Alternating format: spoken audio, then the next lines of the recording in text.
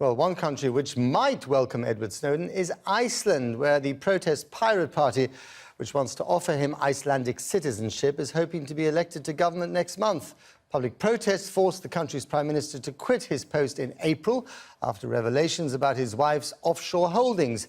Now they've voted in a president who's never before held elected office and has Eurosceptic views. He's been visiting the UK, so I sat down with him and asked him about the rise of the pirates.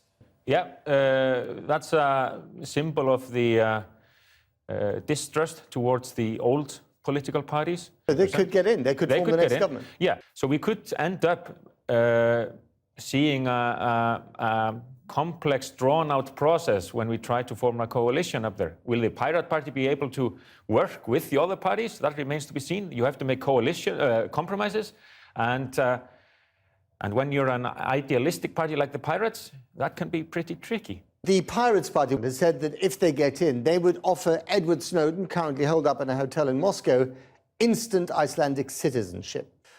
Would you welcome that? This is a good example of how the Pirates would possibly have to compromise, because were they to form a coalition and enter government, presumably the other parties in that coalition would have to agree on a step like this, which would raise eyebrows somewhere, shall we say. Raise eyebrows in Moscow and in Washington. Yeah. Two very important strategic partners. Exactly. You're caught in the middle. We're caught in the middle. That was good during the Cold War, but I don't know how good it is today. So you're new to politics. The Pirate Party, which is also new to politics, might end up running the country. You've got your former Prime Minister who resigned in disgrace. You've got a couple of bankers still in jail. You're kind of showing the way, aren't you?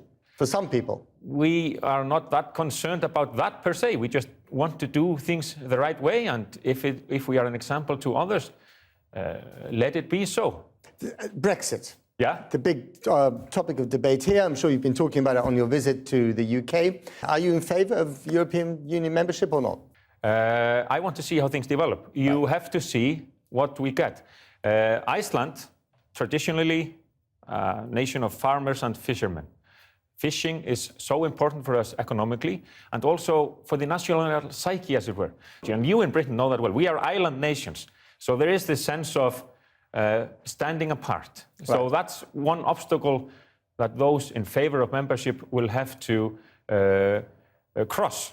So there was a lot of sympathy in Iceland for the vote in this country, on this island.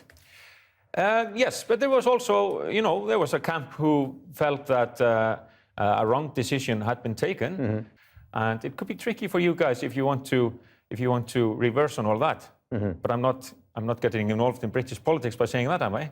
Yeah, you are. All right. What about the European Economic Area, EEA? Yeah. There was this sense when we joined the EEA that we got the best of both worlds. Access to markets without having to go all the way.